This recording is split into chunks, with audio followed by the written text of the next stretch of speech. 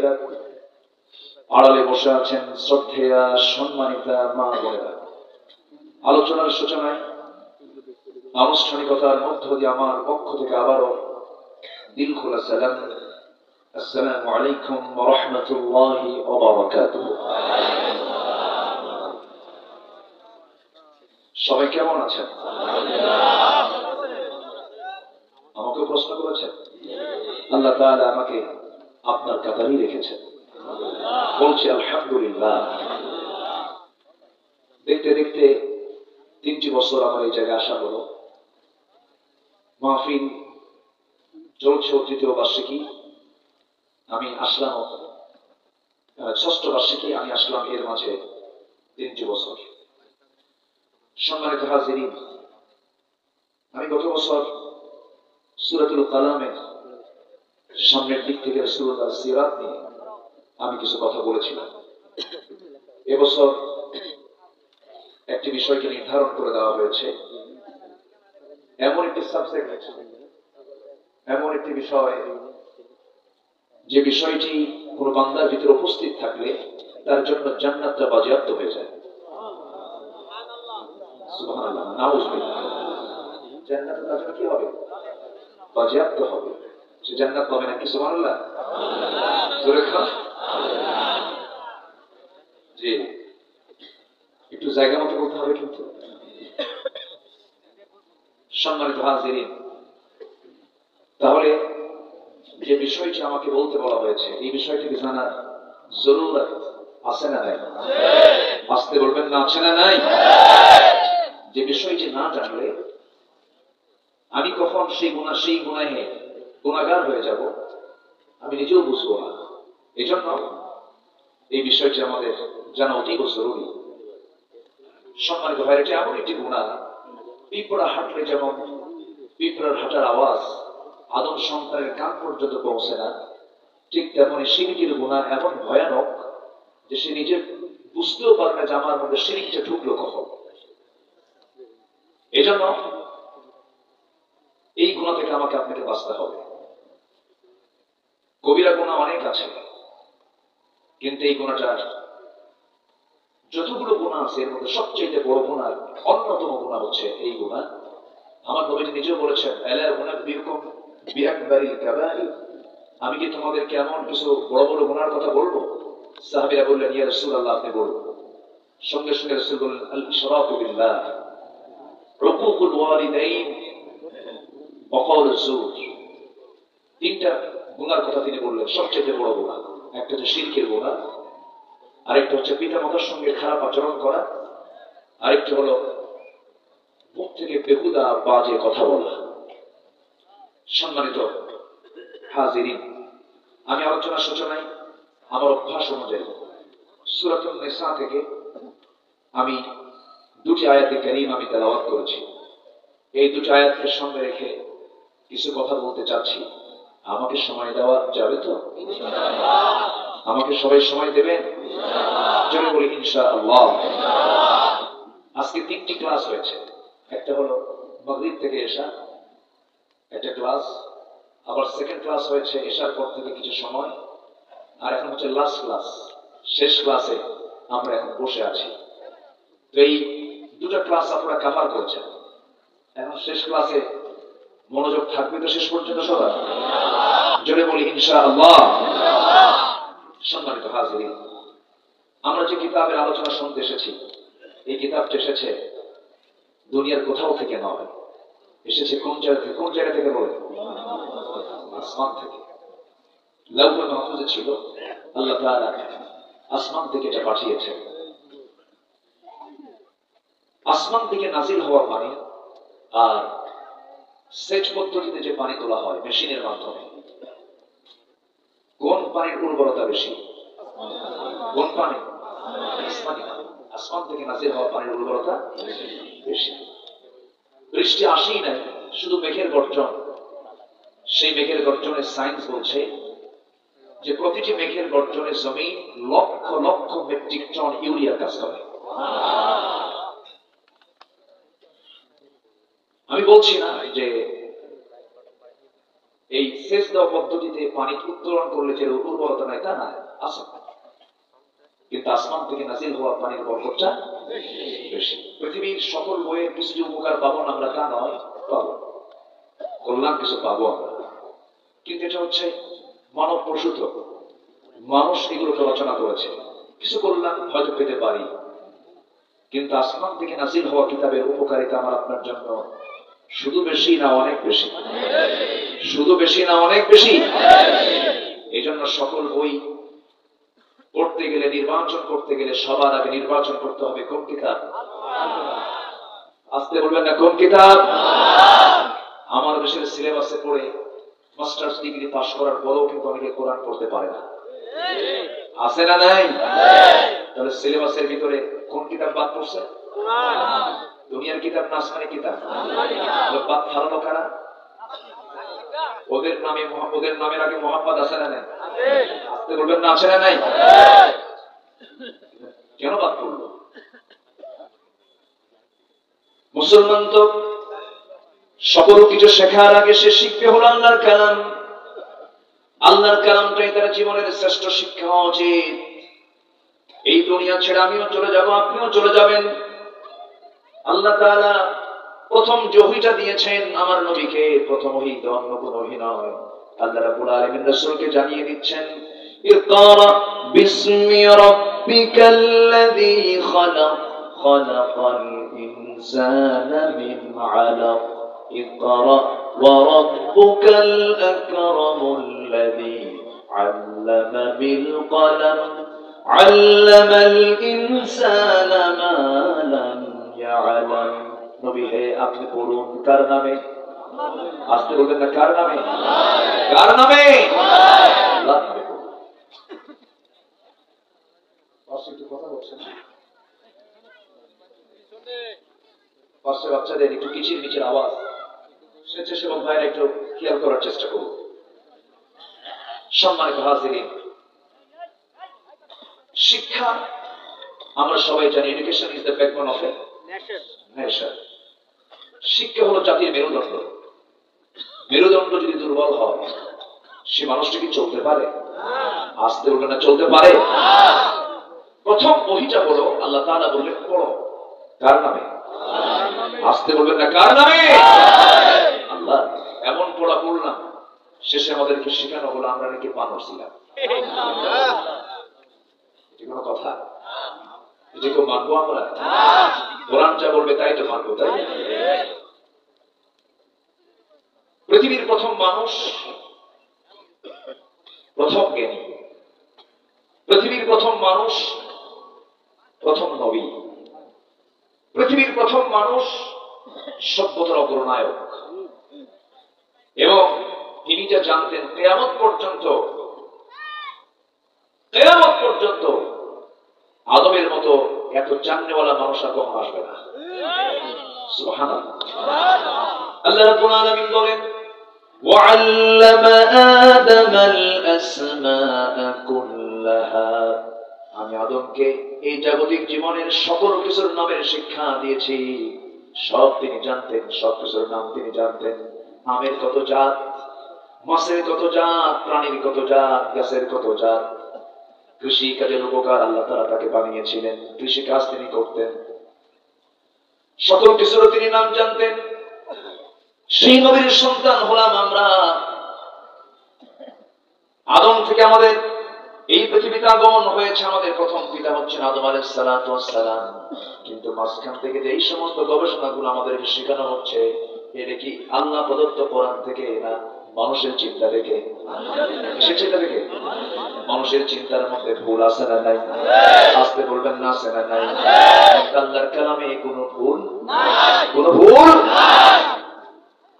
যেটার ভুল নাই সেটাকে আমরা নাই, যেটাতে ভুল আছে সেটাই আমরা করব। সমস্যা তো এই জায়গায়। সম্মানিত হাজিরিন,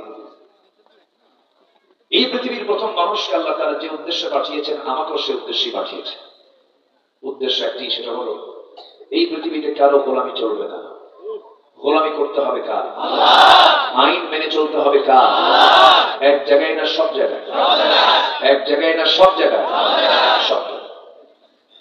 আল্লাহ রাব্বুল আলামিন বলেন, واعبدوا الله ولا تشركوا به شيئا وبالوالدين إحسانا وبذي القربى واليتامى والمساكين والجار ذي القربى والجار الجنب والصاحب بالجنب وابن السبيل وما ملكت أيمانكم إن الله لا يحب من كان مختالا فخورا. جربوا الله أكبر. سورة النساء আয়াত নম্বর 36।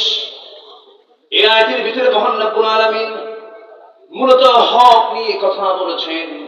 এখানে তিনটি হকের কথা আলোচনা করা হয়েছে। নাম্বার 1 হলো আল্লাহর ইবাদত করো, তার সঙ্গে শিরক করো না। এটা কার হক? আস্তে বলবেন না, কার হক? নাম্বার 2 হলো ওয়াবিল ওয়ালিদাইনি ইহসানা, পিতামাতার সঙ্গে সুন্দর আচরণ করো। এটা হলো পিতামাতার হক। এরপর আল্লাহ রাব্বুল আলামিন বলেন ওয়াতাল ওয়াবিল ওয়ালিদাইনি ইহসানা ওয়াবিদিল কুরবা ওয়াল ইয়াতামা ওয়াল মাসাকিন। এরপর আল্লাহ তাআলা বান্দার হকের কথা বলেছেন, আত্মীয়-স্বজনকে নিয়ে কথা বলেছেন, প্রতিবেশীকে নিয়ে কথা বলেছেন, পথিককে নিয়ে কথা বলেছেন, অধীনস্থ ব্যক্তিদেরকে নিয়ে কথা বলেছেন। অর্থাৎ বান্দার হকের কথা আসছে। এখানে কয়টা হকের কথা আসছে বলেন? 3টা হকের কথা আসছে। একটা হচ্ছে কার হক? আস্তে বলবেন না, কার হক? নাম্বার 2 হলো পিতামাতার হক। নাম্বার 3 হলো বান্দার হক। এই 3টা হক যে বান্দা ঠিক রাখবে তার জান্নাতেও ঠিক থেকে যাবে। আসুন মূল আলোচনার দিকে আস্তে আস্তে যাচ্ছি। আজকে প্রথম রজনী, আগামীকালকে মাহফিল চলবে, পরশু মাহফিল চলবে। জোরে বলি ইনশাআল্লাহ।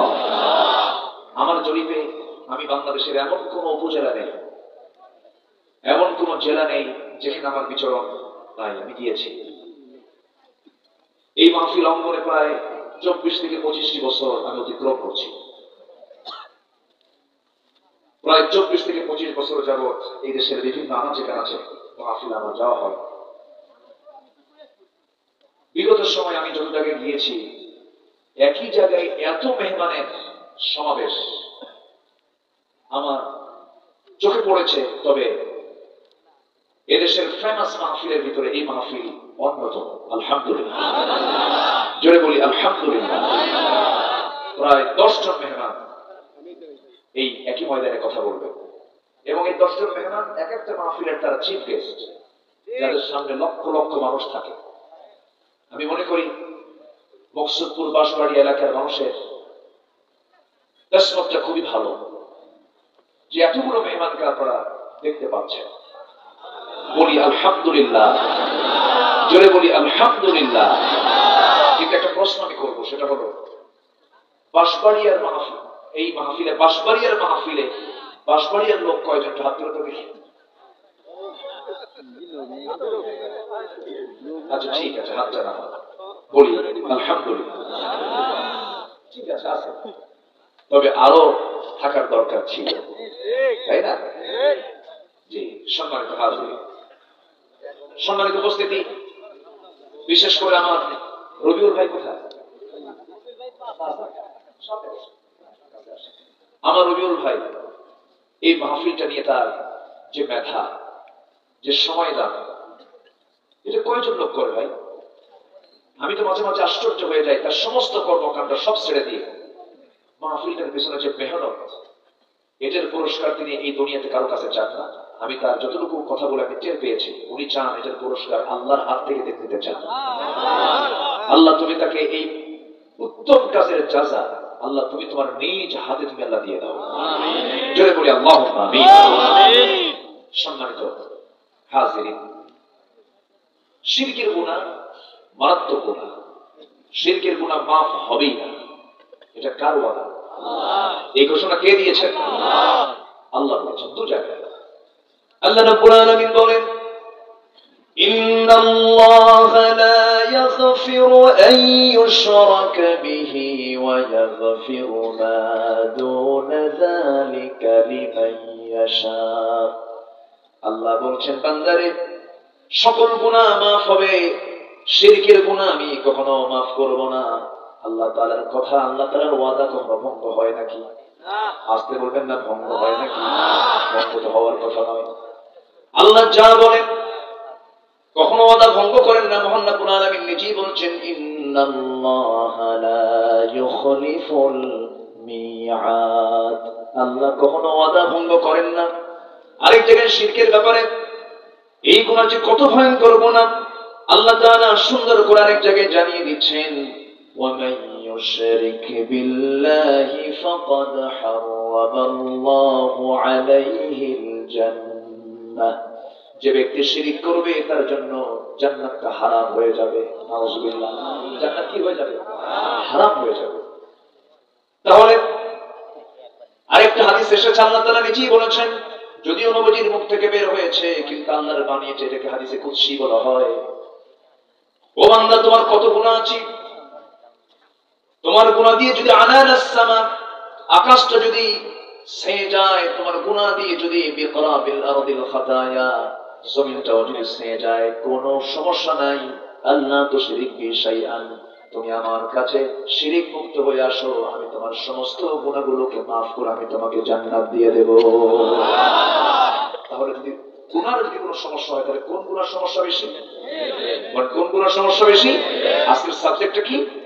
শিরক। শিরকের ধারে পাশে যাওয়া যাবে না। শিরকের গুনার ভিতরে আবার দুইটা স্তর আছে, একটা হলো ছোট শিরক, আরেকটা হলো বড় শিরক। শিরকে আকবার, শিরকে আসগার। কিন্তু শিরক কিন্তু কোন অংশে কোনটাই কম নয়। তবে কিছু কিছু শিরক আছে যেরকম দোয়ার মধ্যে শিরক করে, চাইতে গিয়ে আল্লাহ ব্যতীত অন্য কারো কাছে চায়, যেমন বাবার কাছে গিয়ে চায়, মাজারে গিয়ে চায়। আছে না নাই? আসতে বলবেন না, আছে না নাই? পৃথিবীর কেউ আমার আপনার উপকার করতে পারবেন। আল্লাহ নিজেও বলছেন, বান্দা কারো কাছে দোয়া করো না। ওয়ালা তাদউ মিন দুনিল্লাহি মা লা ইয়ানফাউক।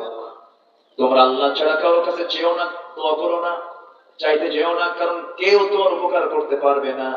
আল্লাহ তোমার যদি কোনো উপকার করতে চান, পৃথিবীর কেউ তোমার ক্ষতি করতে পারবে না। আবার আল্লাহ যদি তোমার ক্ষতি করতে চান, লা ইয়ানফাউক, কেউ তোমার উপকারও করতে পারবে না। কিন্তু আল্লাহ ছাড়া চাওয়ার মতো আরো কিছু লোক অন্য জায়গায় আছে না নাই? আছে না নাই? এটা কি ছোট গুনাহ না বড় গুনাহ? বাচ্চা হয় না, চলো যায় বাবার বাজারে, গরু একখান নিয়ে, যে গরু নিয়ে যায় সে আরেক বলদ। আসতে বলবেন না, আছে না নাই?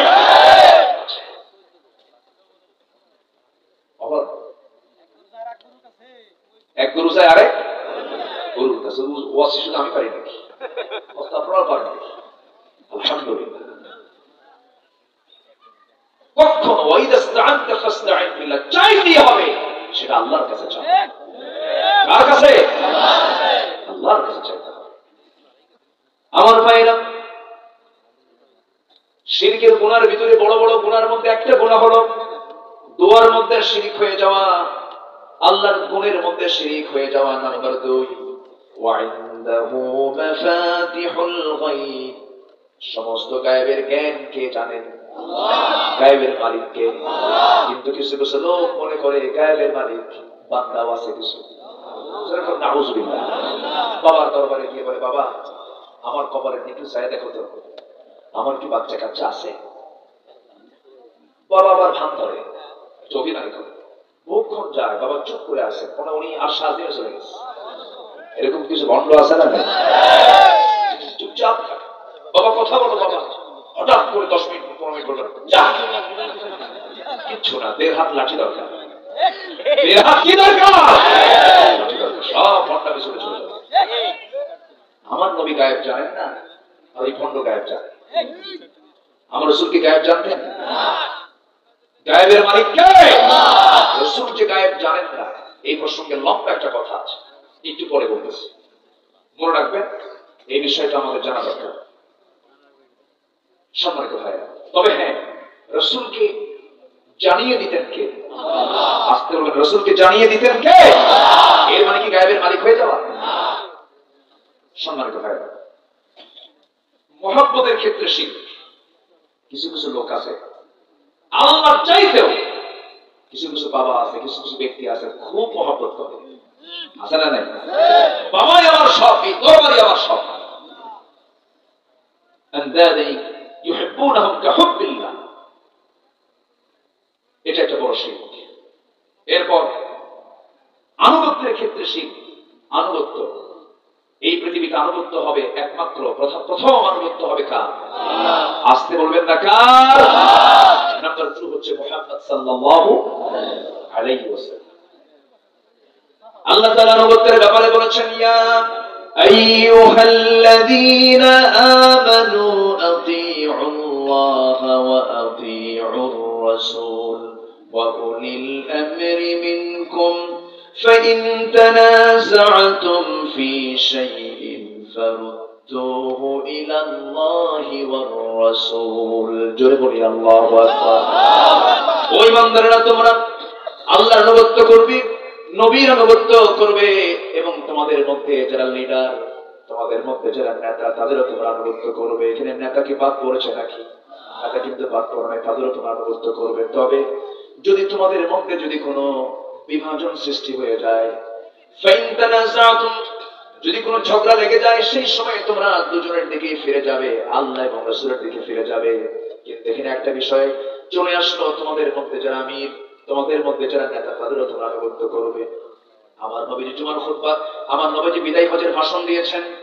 সেই ভাষণের মধ্যে একটা কথা বলেছেন, এক লাইনে জান্নাতে যাওয়ার একটা সবক দিয়েছেন, ইয়াখতাবু ফি হাজ্জাতিল বিদা ইত্তাকু রাব্বাকুম صلوا خمسكم صوموا شهركم وأدوا زكاة أموالكم وأطيعوا أمراءكم تدخلوا جنة ربكم أو كما قال عليه الصلاة والسلام।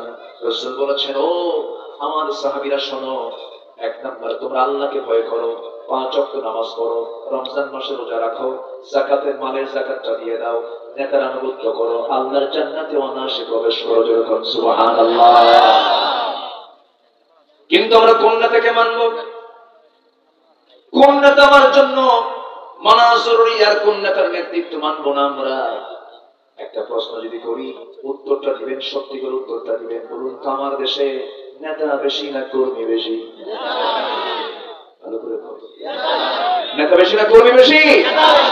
নেতা বেশি।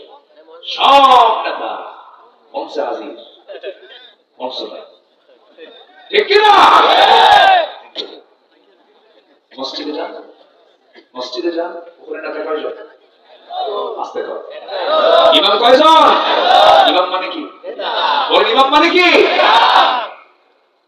মেম্বারে বসে থাকে, মেম্বার ভাঙবে, কারণ ওখানে কোনো গন্ডগোল, ওখানে নেতারা তো ভিড় নাই। সম্মানিত ভাইয়েরা,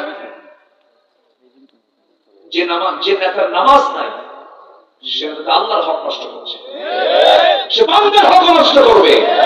বেনামাজি নেতার কোন নেতৃত্ব আমরা মানি না, ওদের মুখে আমরা জুতা মারি। কষ্ট হচ্ছে না? আমার দেশে মানুষ কোথায়? মানুষ তো খুঁজে পাই না, নিজেও তো হতে পারে না মানুষ। কোন মানুষ? নিজেকেই দোষ দিয়ে কথা বলছি। সম্মানিত ভাইয়েরা, আমার দেশে মানুষ বেশি না চোর বেশি? মানুষ তো দেখি না, চোরই বেশি। এই গোপালগঞ্জের সন্তান, স্বাধীনতার স্থপতি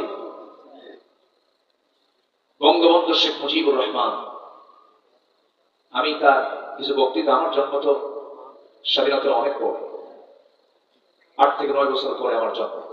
আমি তাকে দেখিনি, কিন্তু তার কিছু কথা আমার কানে বাজে।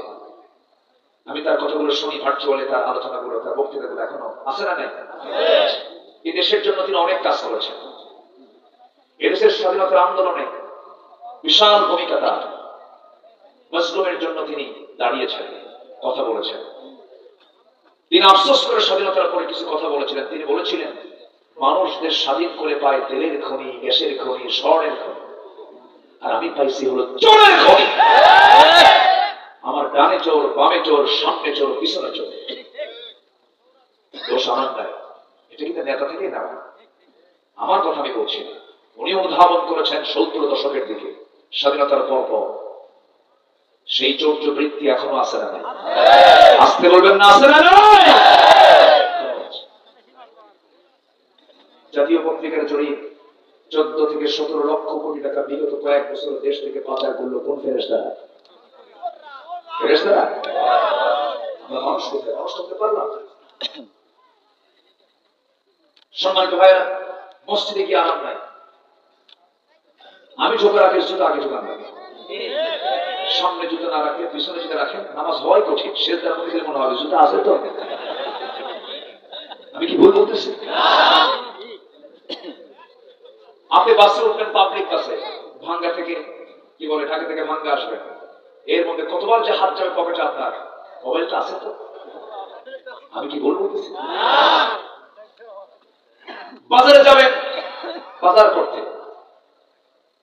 সাইকেল থুয়ে শুধু ওইদিকে গেছেন, টেনশন হবে সাইকেল আছে তো। মাহফিলে বসেছেন, ফোনটা আছে তো। ভুল বলছি? বলেন মানুষ বেশি না চোর বেশি? গত বছর চিড়াগাং মাহফিল ছিল আমার, পকেটকার মাহফিল। কথা বলে মঞ্চ থেকে নামলাম, কি বলে মোনাজাত শেষ করে যখন নামবো দেখি আমার জুতা নাই। এমন ওয়াজ শুনছে হুজুরের জুতা আউট। তাহলে মানুষের মতো মানুষ আমাকে আপনাকে হতে হবে, ঠিক কিনা বলে? হতে হবে কার গোলাম? কার গোলাম হতে হবে? যারা আমানতদারিতা নাই, যার ওয়াদা ঠিক নাই, তাতে ঈমানই নাই। আল মুসলিমু মান সালিমা আল মুসলিমুনা বিল লিসানিহি ওয়া ইয়াদিহি। প্রকৃত মুসলমান তো সেই যার জবান থেকে এবং হাত থেকে অন্য মুসলমান নিরাপদে থাকে। আমরা কি নিরাপদে আছি? নিরাপদে আছি? কিসের মুসলমান আমরা? আমরা তো মুসলমান হতে পারিনি, আমরা মানুষ হতে পারিনি। কথা বহু আস্তে আস্তে আস্তে করে বলবো, কষ্ট হচ্ছে না তো? জোরে বলি ইনশাআল্লাহ। আমার ভাইয়েরা, আরেকটা শিরক হলো, বড় গুনাহ হলো আল্লাহর অবস্থান নিয়ে কিছু মানুষের চিন্তা হলো আল্লাহ সব জায়গায় তিনি আছেন। না, আল্লাহ আছেন হলো আর-রহমানু আলাল আরশিস তাওয়া। আমার আল্লাহ তাআলা আরশে আসিমের সমাসীন আছেন, কিন্তু তার ইলম সব জায়গায় আছে না নাই?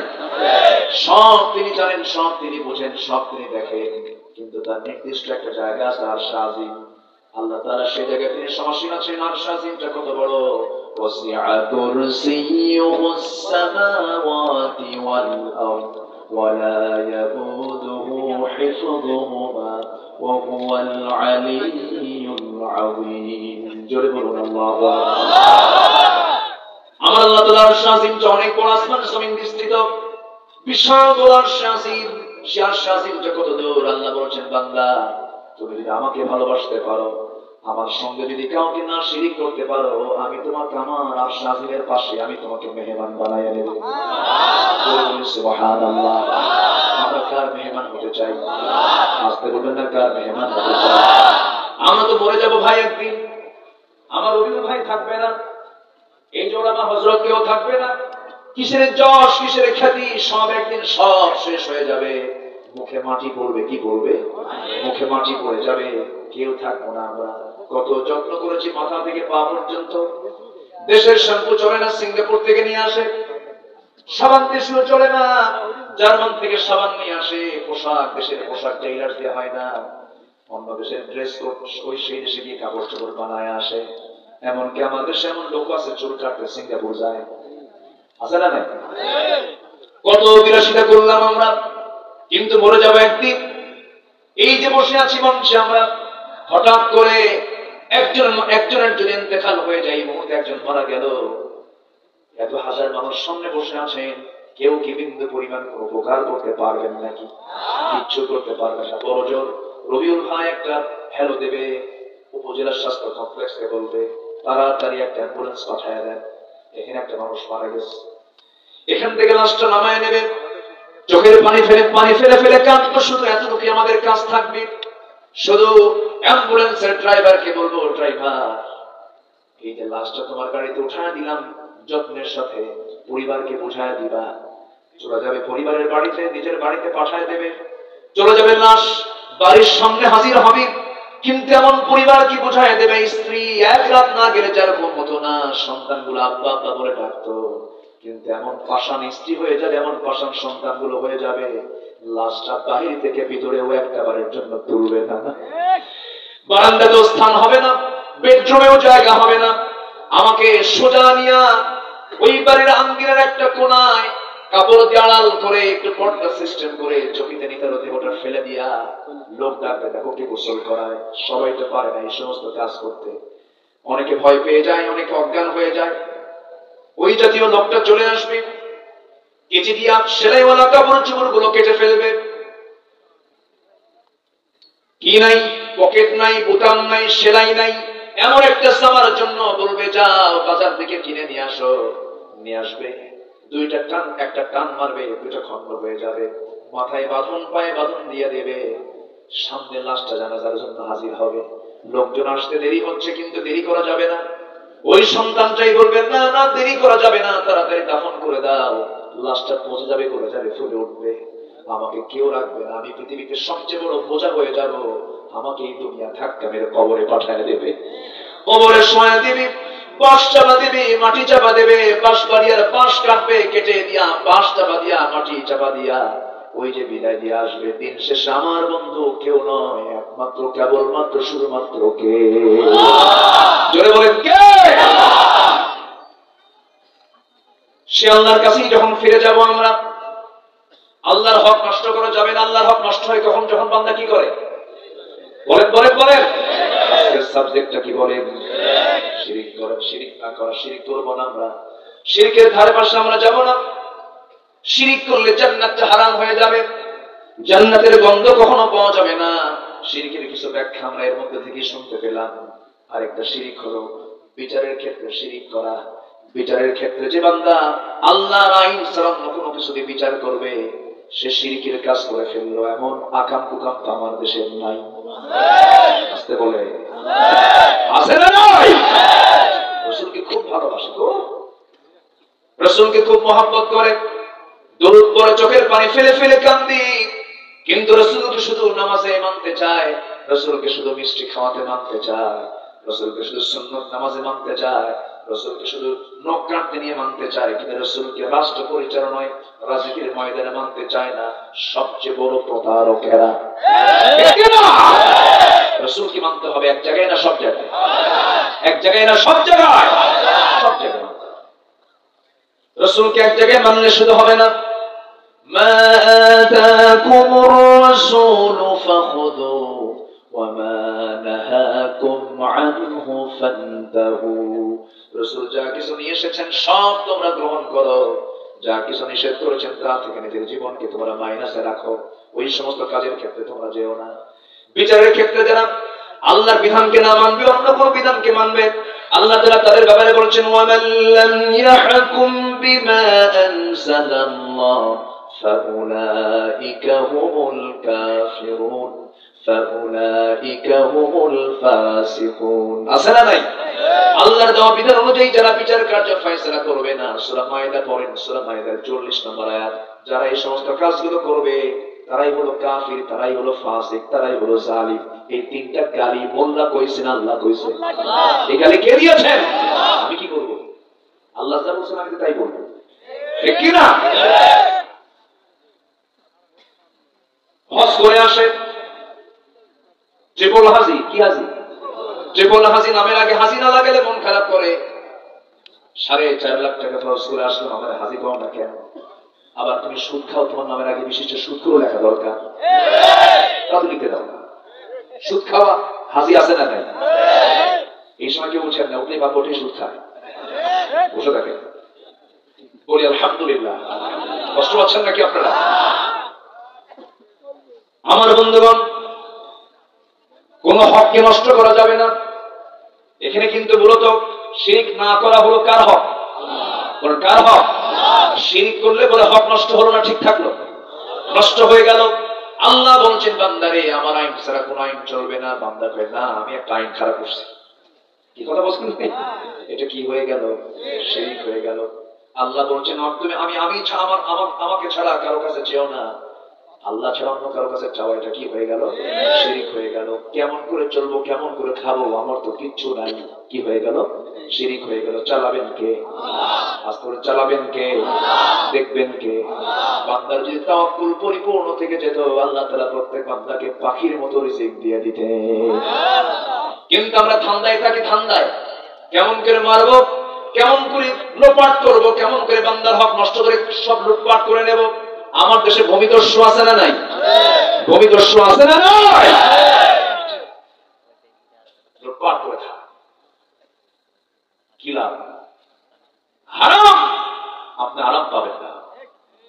হারাম কামাই করবেন, ছেলের পেটলি ফুটা হবে, মেয়েটা নষ্ট হয়ে যাবে, অশান্তি হবে, সম্মানজনক রিজিক তোমার আজকাল থেকে পুড়ে যাবে, হয়ে যাবে। বাবা টাকা থাকলে সুখ আসে না। সুখ পেতে হলে বিধান মানতে হবে কার? আস্তে বিধান মানতে হবে কার? বোনের সম্পত্তি মেরে খাওয়া ভাই আছে না? বাপ মারা গেছে এক যুগ, ভাই বোনকে সম্পদ বোঝায় দেয় না, বোন লজ্জায় চাইতে পারে না যে মানুষ কি বলবে।